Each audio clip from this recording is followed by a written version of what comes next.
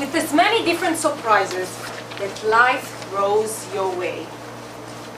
What do you do when you get a surprise that you don't like? When I turned 4 years old, my grandmother bought me a teddy bear.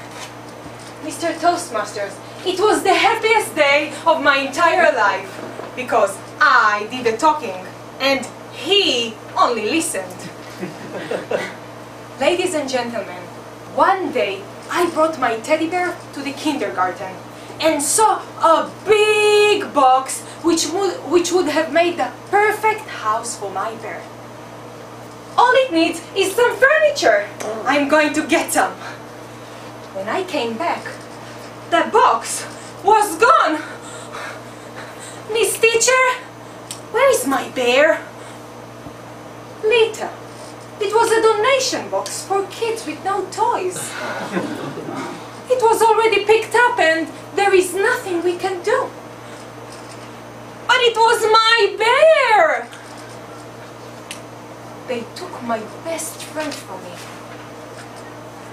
When my grandmother stepped into the kindergarten and saw me crying, she said, "Lital, you can cry and feel sad as much as you need. But when you finish, let's grab some ice cream."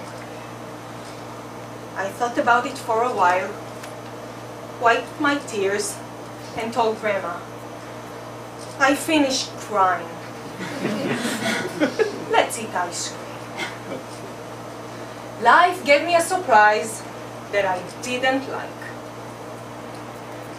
Last year, while I was living on a beautiful Asian island, I got married to the most wonderful person in the whole world.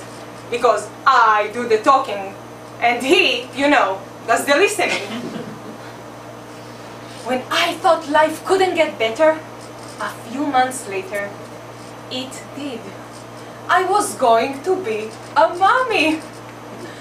I felt like I had my own private symphony and they were playing my favorite song. "Hey, bring me some vitamins. When does my yoga class start? A fried chicken? Are you kidding me? This baby needs tofu." On the first checkup at the doctor's, I saw a tiny dot. On the second checkup, I saw a little heartbeats and a tiny head. On the third checkup, the little heartbeats stopped making music.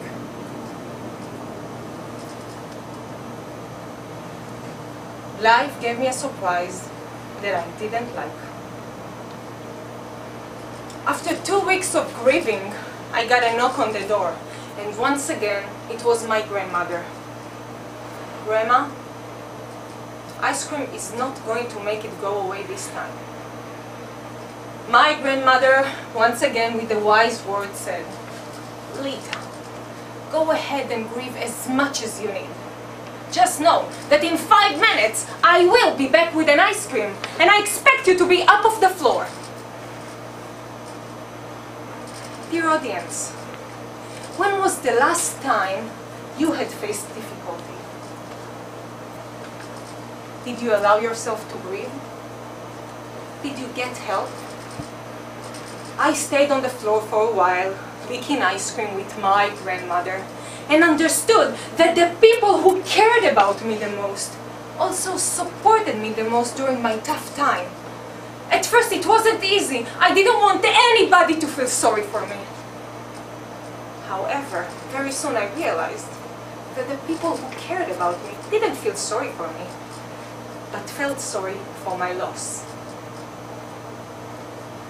You know, there are many different ways to talk through your problems. Some people recover by talking one-on-one to a friend, which is fine. Some people recover by talking one-on-one to a professional counselor, which is fine too. And some people are silly enough to talk about it in an evaluation speech contest. I don't recommend the last option because the contest director can tell you that it's not easy to manage and gather a worldwide audience. Life always brings us surprises, and sometimes from the kind that we don't like. So I encourage you, when life will give you a surprise that you don't like, deal with the facts, take time to grieve, and get support from those who love you the most. And when you do that, you will be able to overcome any surprise. In this world, there is a balance. We enjoy the daytime after the night. We appreciate the sun because of the clouds. And we enjoy a pleasant surprise after the unpleasant one. Sharing my story with all of you today has definitely brought me one step closer to overcome my unpleasant surprise, and I thank you for that.